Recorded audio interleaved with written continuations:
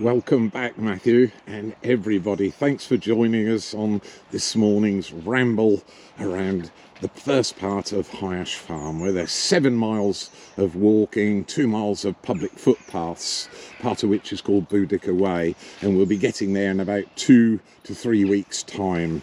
It's taking longer than I thought. We haven't even accomplished 1 mile yet, so maybe I'm rambling just a bit too much. So there's the stream, the feeder stream for Hyash western boundary, where it joins the River Tass there. And just before we leave Foxes Grove, here's some trees I planted in 1973. There was a push then to put lots of trees out in the countryside. Little corner of a field here, just as we leave Foxes Grove. Plant a tree in 73, and a real treat for any bird watchers. There are 2 beautiful little goldcrests right near the crown of this Norway spruce, and they've just flipped across onto the top of a Scots pine there. Tiny diminutive little birds, sort of yellow golden crown across the top of the head, smaller than a cotton reel. Britain's or the UK's equal smallest bird with the firecrest, but we've got quite a few goldcrest here, and a very high, just flipped back, tiny, it's right at the top left of the tree, just looking round for any eggs that have been laid overnight by the winter moths. Oh, beautiful little bird, just got into the sunshine at that point, but it's way up there. It's probably 50 feet up, there's about 15 feet of tree left at the top, a giant Christmas tree, if you like. So there we are, planted in 73 by me. There's the stream, and on our right we've just crossed one of the new farm bridges at Hyash. It's 10 metres wide, and there's a great big pipe underneath that I have seen children walking through with bare feet on as well. It's got a sandy bottom. And here we are, one of the early arable fields at the farm, a sharp south-facing slope there coming down towards us, sands and gravel and some clay across the middle of the field. It's a real mishmash. A couple of horses right on the skyline there, and a noisy plane now about to go over the top of us. And this field is one of the highlights at the farm in spring and summer.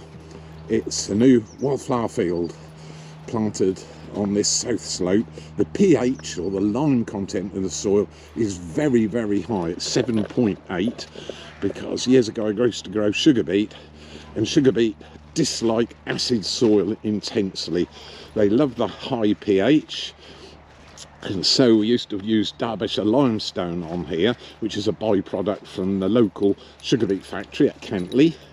And each year for several years, to get the pH right, about 25 years ago, we put on a generous coating of Derbyshire limestone ground up, and it's called Cantley Sludge. Not a very nice name for it, but that's enabled some of our leguminous plants, things like clover, sainfoin, vetches, all to thrive here. And now coming up to a little sign which explains exactly that. Here we are, plant of interest, sainfoin, now coming up, Hyash Farm. Sainfoin is a pea-type flower, type of clover. It's a medium perennial that grows to about 2 feet high and flowers from June to August. Particularly high pollen and nectar yield plant due to the long flowering period. Yeah, so there we are. Sainfoin, I think it comes from the French, sainfoin, meaning wholesome hay. And there we are, there's lots of that growing down here, right by the public walks, with oxeye daisy, all sorts of flowers in there, and beautiful arrangement on the south-facing slope. Lovely the cornflowers in there as well. There's still a mixture of some of the annual plants there. Right, and now coming up to the next point of interest, which is just ahead of us, which is the newly dug lake or pond. It's 1,000 square metres of water at the base of the valley.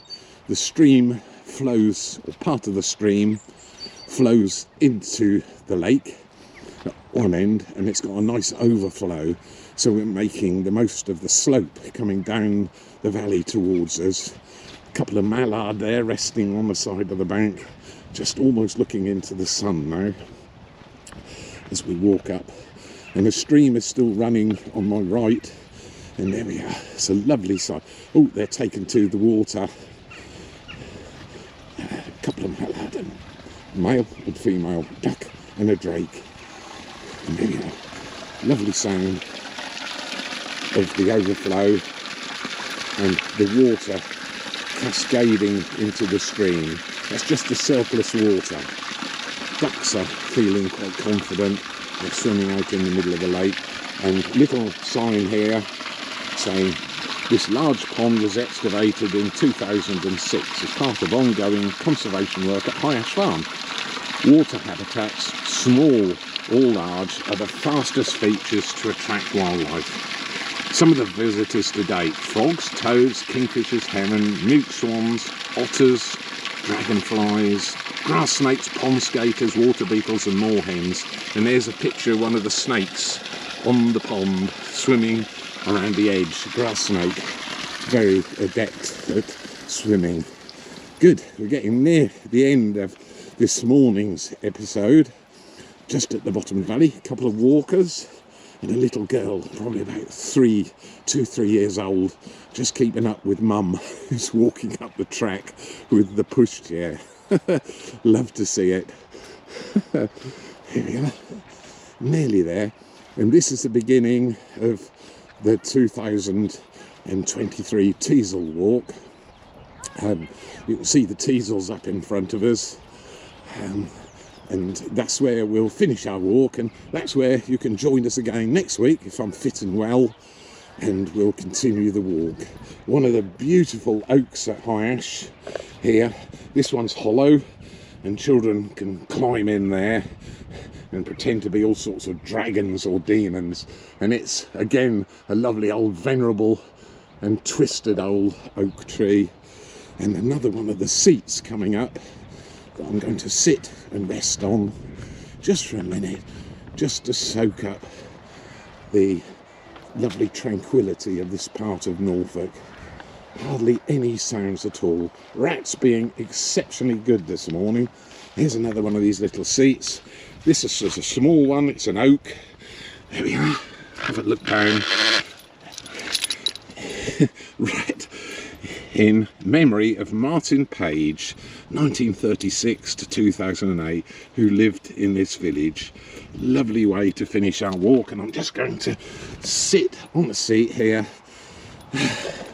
and just admire the view. Beautiful. Rooks. Oh, lapwing out on the middle of the field. There's a huge fallow plot here, which is exactly what the fallow plot's for, and I can see at least a dozen with the bright white breast just scutting about, and a pair of skylarks as well, gambling right out in the middle there. And right beside us, I'll pick them right up, it says wildlife site, which is exactly what it is here. The land bordering these permissive walks is managed to enhance all forms of wildlife. You will see new hedges and woodlands planted, successional woodland developing, wetland features and ponds created, fields sown with overwinter wild bird seed mixers, low input unharvested spring cereals, wait for it, fallow plots for hares and nesting lapwings, yes, pollen and nectar wildflower fields for insects and summer visiting migrant birds. Nocturnal and pipistrelle bats, barn owls, deer, badgers and woodcock all live nearby to this spot. There we are. Look at that, one of the newly planted hedges at the farm. And that's it. Run out of time. I don't get paid overtime. So I'll see you in the studio around about 9:30 Sunday morning. Don't be late.